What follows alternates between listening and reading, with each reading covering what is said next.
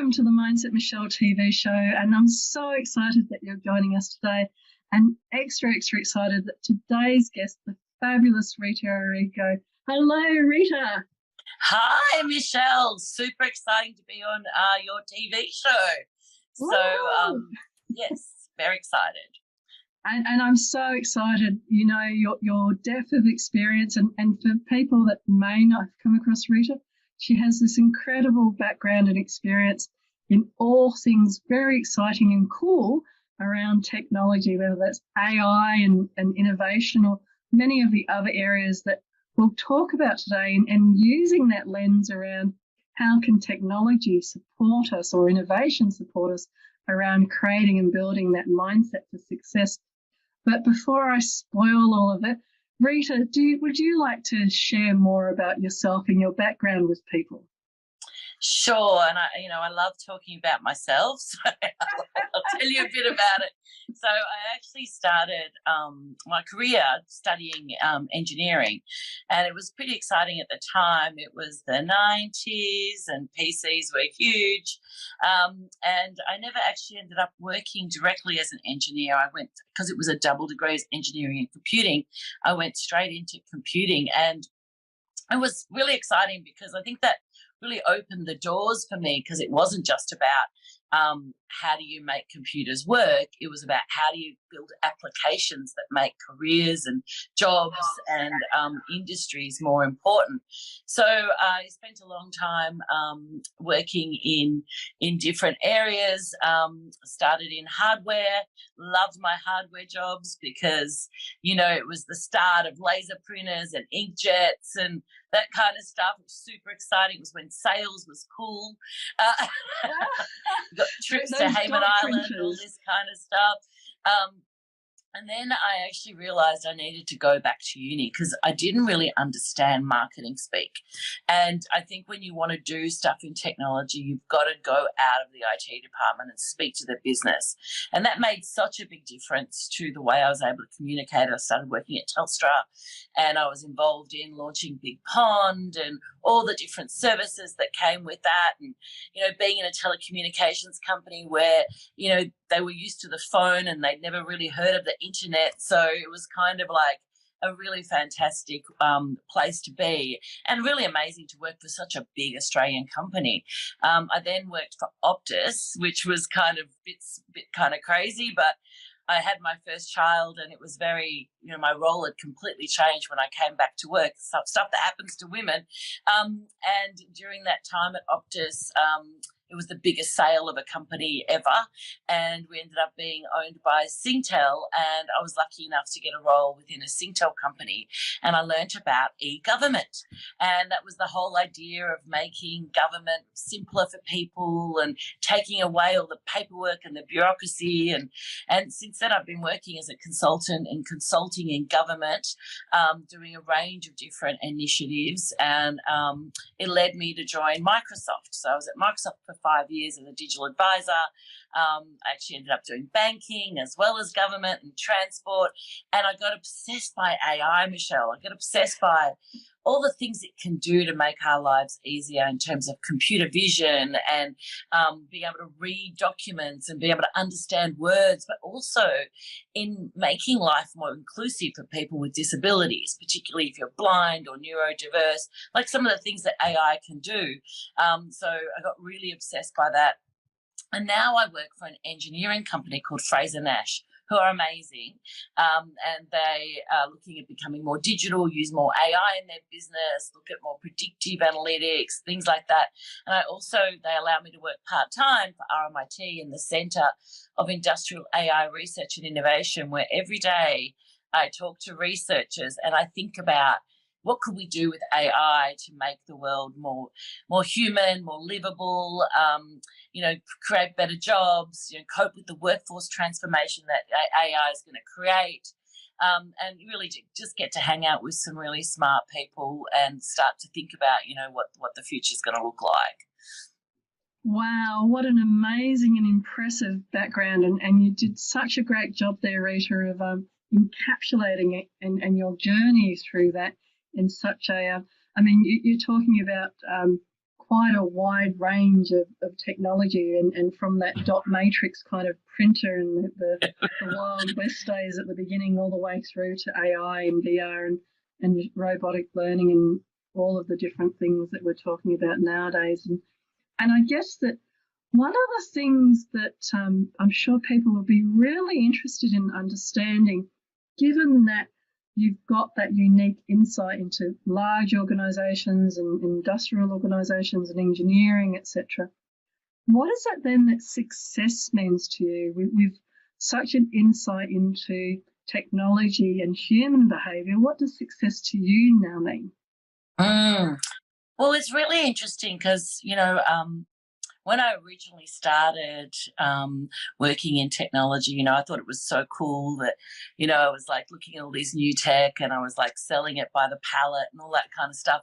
But a friend of mine was running a radio show called Bite Into It on Triple R, and he said, do you want to join and, bring your kind of spark to it and talk about it, and we'll interview people and we'll talk about technology. And the main reason why I joined, because I wanted to do it, is because I think people are still very scared of tech, and it was about trying to demystify it so that, we could accelerate what we're going to do with it. And so for me, success is any kind of change or implementation of a new way of doing things that, traditionally we've always done it the same. And I think it's actually quite a hard step to take, because when you think about my engineers, they're very much thinking about that's the way we've always done it, and if you think about banking, it's always like business as usual. But being able to for me to be able to innovate and be able to bring new things to life, I find that really motivating, and there's so many hurdles you have to cross to do that. So it's part it's part about the journey, but also about what actually happens. And it's really interesting. Every single project kind of comes together in different ways, and you never know which bits are going to be the most successful, but it is about trying really hard. And I think the way people describe that, it's kind of having a growth mindset. You probably know about all this stuff, being a mindset coach, but it's about always wanting to not only be successful in what you do today, but thinking about what you're going to do in the future. And that's what makes me happy. I suppose a lot of other people aren't, that they look at it in a different way, but that's what makes me happy. And it's really funny, when I was a young girl, I thought the only thing that was going to be the only thing I ever wanted to do was have children and get married. And I think once I did that, I realized there were so many other things that I could take on, but that just sounded like the biggest challenge ever. Wow. And again, such a so much, and I'm sitting here going, so much in such few and powerful words, and the experiences and the learnings and everything behind what you're sharing is just kind of, my mind's going wow, wow, wow. But if I think through some of what you were sharing around, that growth and what some people might find really challenging and difficult to sort of work within, that confusion and that growth that you're describing, well, you thrive in it and you enjoy it, and you love working through those phases and those transitions with people.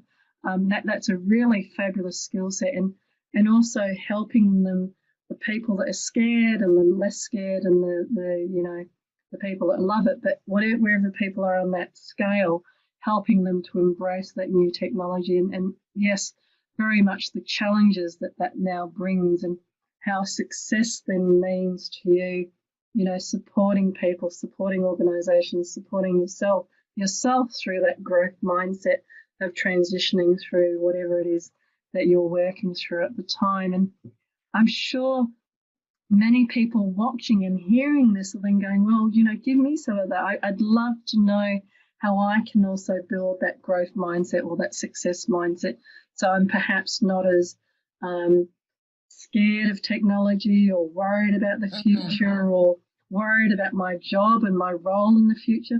What sort of tips, because we don't really know the future, What sort of tips for creating that successful mindset would you share with people? Well, I really, so the first thing that really, got me going was my radio show. It kind of helped me build confidence. And then when I came back to work and, I'd had my second child and, I really couldn't do what I'd been doing at Telstra before that. And I was like, what do I do? I really started to tap into this idea of meetups and like meeting other professionals. So I got obsessed by the idea of understanding certain technologies. So at that time, it was around knowledge management, SharePoint, and like how to make it easier to find information. And I started going to business user groups. So like, I used Meetup and I'd go to that kind of stuff. And I went to one day and this lady comes up to me and she was amazing. She goes, I just want to go to one of these groups where people stop talking about technology and they actually talk about people. And I'm like, okay. And she goes, and you're going to make that group for me. And I was like, okay. So we started a business user group, which was not about the technical people talking about technology. It was about business people talking about how they implement it and what are some of the challenges. And that was a huge growth for me because it was like all of a sudden, I had to find a venue. I had to like promote it to people. I had to do a bit of use my marketing skills. and so that's a big tip. And so if you want to learn about new things, so like when I wanted to learn about AI, I went to a data science meetup and it was amazing, Michelle. It was like 100 guys and I was the only girl right up the front. I even took a selfie of all the guys because I just couldn't believe it. And but they were amazing. They were talking about some of the things that they were experimenting with. This one guy was trying to figure out, how to predict who was going to win the soccer. And so he was studying all these soccer matches and then, companies were paying him to do this because there's a lot of money behind that. And somebody else was, working on medical AI and computer vision and that kind of stuff. And I started to get a flavor for it because it was outside of business hours. I had a beer with everyone afterwards. It was more like I'm taking myself out to learn something new. And so I found those meetups were amazing. And the third thing that I started doing, which scared me at first as well, was this idea of hackathon, right? And I don't know, people still think, I'm like cyber hacking somewhere, but it's actually not. It's like getting together and thinking about a challenge and trying to solve it in one day. And I did this one week hackathon once with a whole lot of graduates from the consulting company I was working for, and it was about IoT. And we learned so much in that day. Like in that week, we learned how IoT sensors work, how to connect them, how to build applications. And it was like doing, a half-year uni degree. And so you'll actually notice that a lot of universities have been really changing the way they teach and make it more boot camp style so that you don't have so much theory. You just have, this is what we're trying to solve. So that I found that's been very powerful to take those three things on, the meetups, maybe running your own meetup and going to hackathons. Wow, again, so much deep insights there that you're sharing and reminding me of my own days. I'm not a programmer, but I remember going to a Microsoft Silverlight conference and sitting there. You're amazing. Sitting there, same sort of thing going, how did I end up here? But being blown away with the world that they were talking about and the changes and the step changes, not the incremental changes that were happening. Because I thought, oh, yeah, I've written some SQL code. And I think people are realising that technology is not just about coders anymore. It is about designers and it's about people that can tell a story about what it's about and how it's going to benefit people. And I'm a storyteller. So that's been, I've found my place even though I'm not a coder. So, that's kind of an exciting way. Very much so. And I think that linkage between, one of the funny things I still say to people is it's a tool.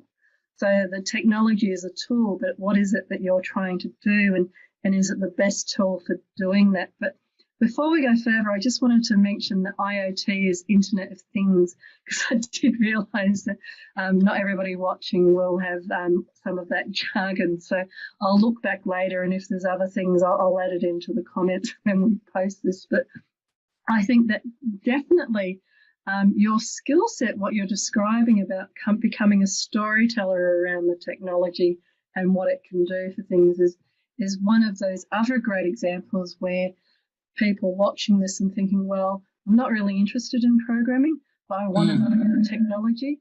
There are so many other ways that you can look for work and find roles that aren't just necessarily about coding anymore. User experience testing, all of these things are actually much more those soft skill sides of, again, like I look at it, it's a tool. So how are we using the tool, and is it the best tool for the role?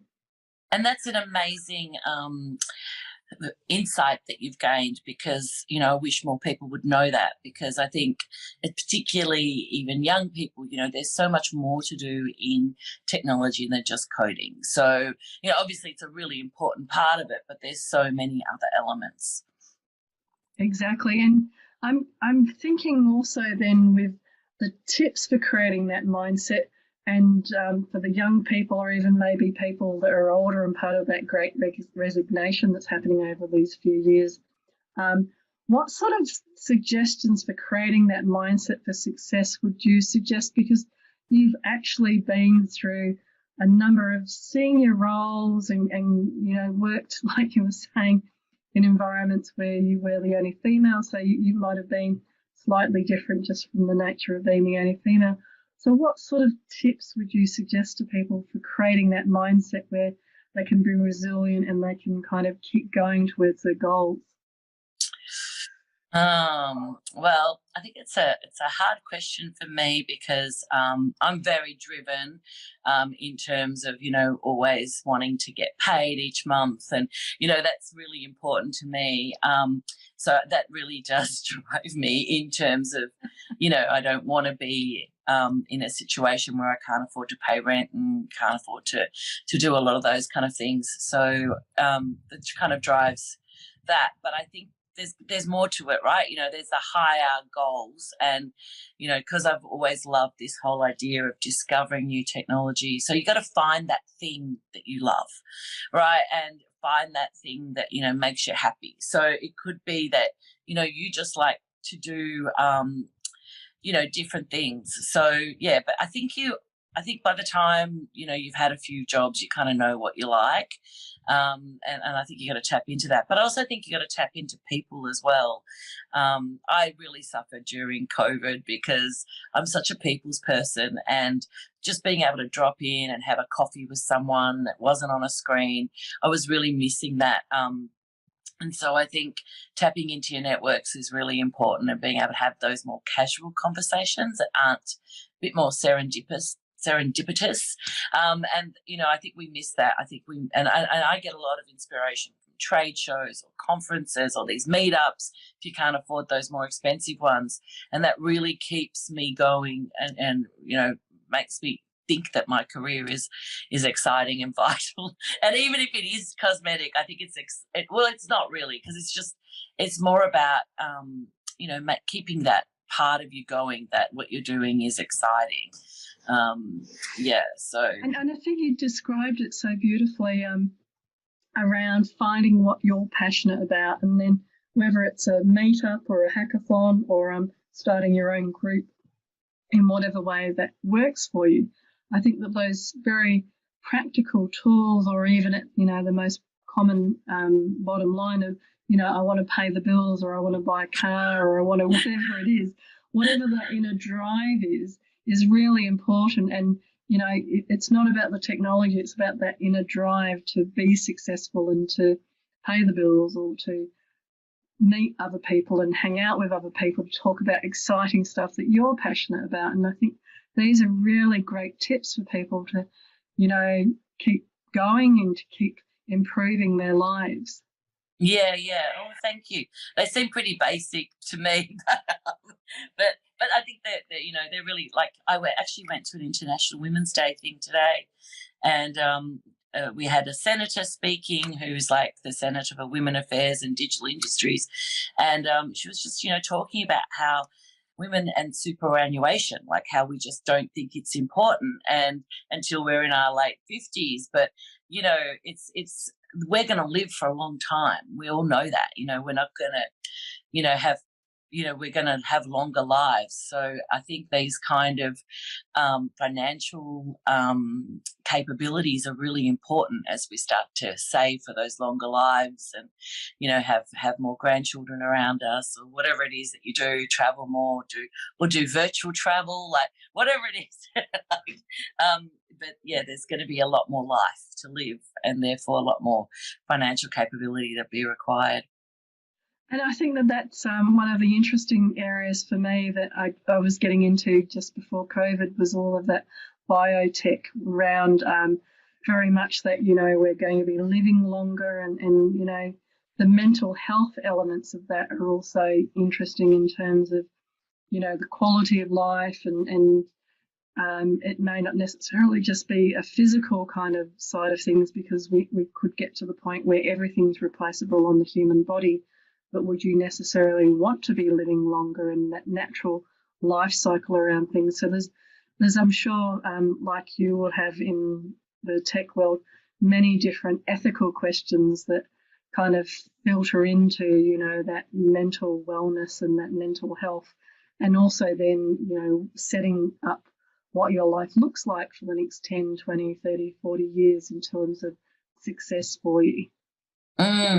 Absolutely. Yeah.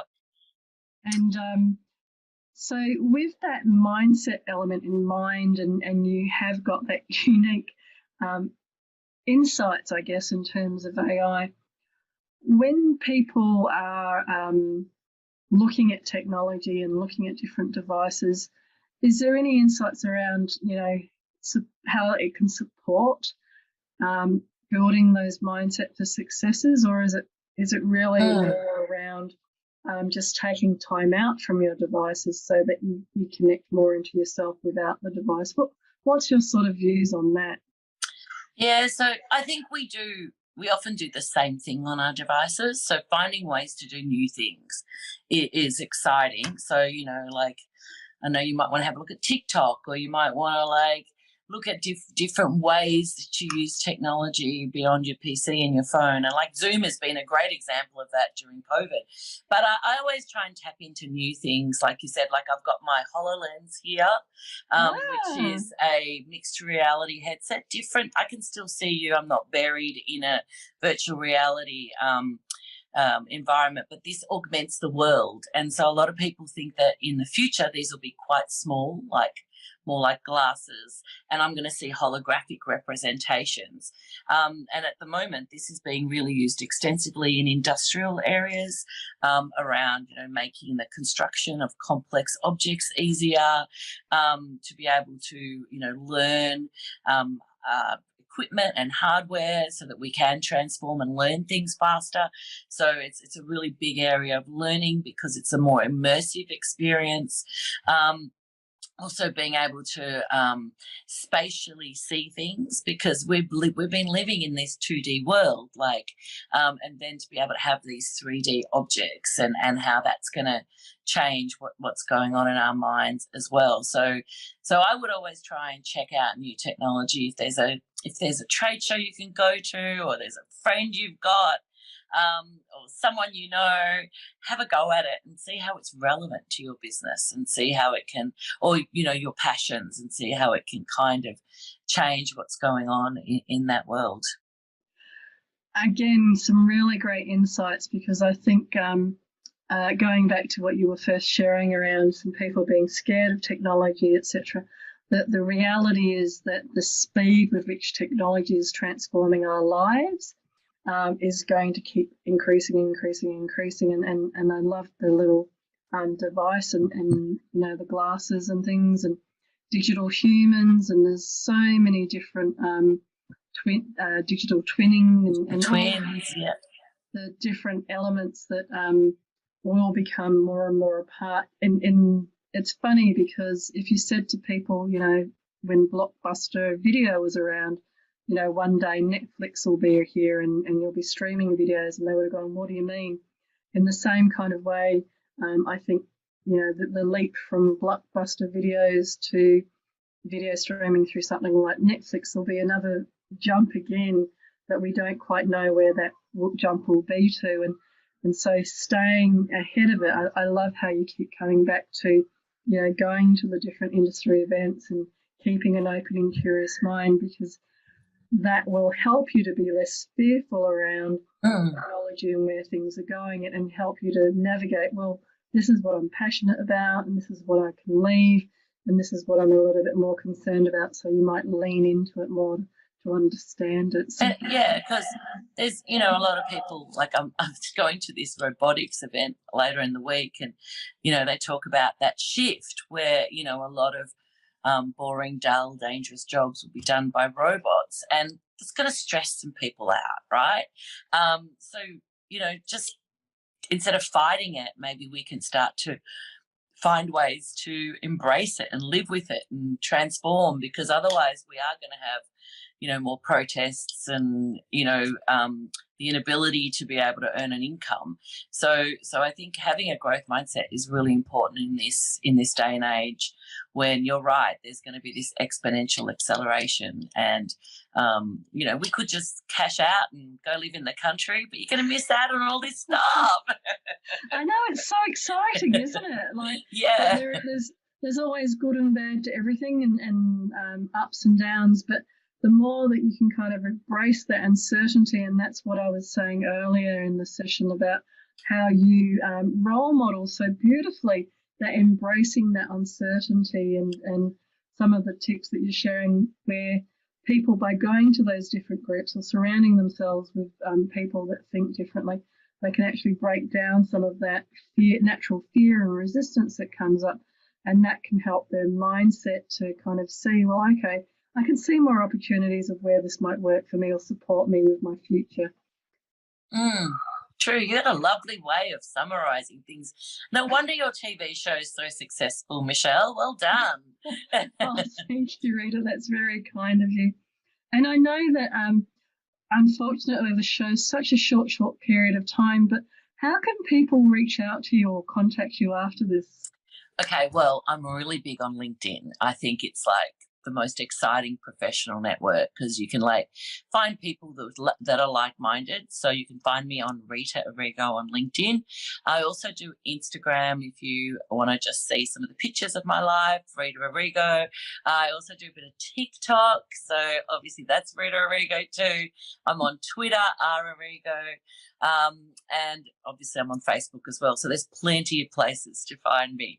And if you really, just want to do the face-to-face, I'm in the city most days. But you might have to make a time. That's very generous of you. But it also fits in with what you were saying earlier about you really love to meet people, and now that things are opening up, meeting people will be even easier and stuff. So thank you so much for that. And I love to ask this question of people about what advice might you give your younger self? Oh, I would definitely tell myself to have more confidence. It's taken me so long to build the confidence, and I think we all need to have confidence in our skills. I really do think the imposter syndrome is real, but build that confidence, and I think it's if I had confidence earlier, I think my career would have been very different by now. That's I hear you, and sadly something that many women share, and it comes back to that confidence to kind of grow and fly and be the best version of themselves, and there's just a number of different environmental and historical elements that kind of are changing, which is the great news.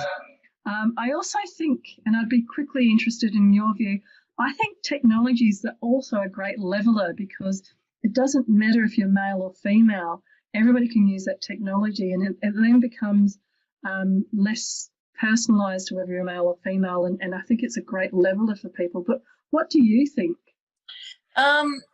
Yeah, to a certain extent, there's always some guy that thinks he's better at coding than you are, especially when I'm not a coder. but I think you're right. Like, I really noticed it when we during COVID and we all came home, there wasn't that difference between someone's in the office, someone's on Skype. You know, we're all the same. And that did make a really big difference. You know, the girl never got asked to take the notes, though sometimes they did, but never got asked to buy the coffees. So it definitely is. And I think it's also a leveler in other forms of diversity, like in terms of, you know, low-sightedness and, you know, hard of hearing. And because a lot of those kind of inclusions can come in through the technology. So I think it really opens up to people with disabilities as well, which I think is a really important aspect that we haven't been able to embrace before. Fabulous. And again, I go down one path and you expand my path even more, which is just brilliant. And I've been so grateful that you've been on the show today. Thank you so much for coming today, Rita. Oh, it's been a total pleasure, and I loved your insights and I love learning from you as well. So thank you so much. My pleasure. And so to all the viewers out there, it's been fabulous having you watching the show again today. Even the dog outside that was very happy watching the show and barking just then. But from my heart to your heart, until next time, be great, be fabulous, and be you.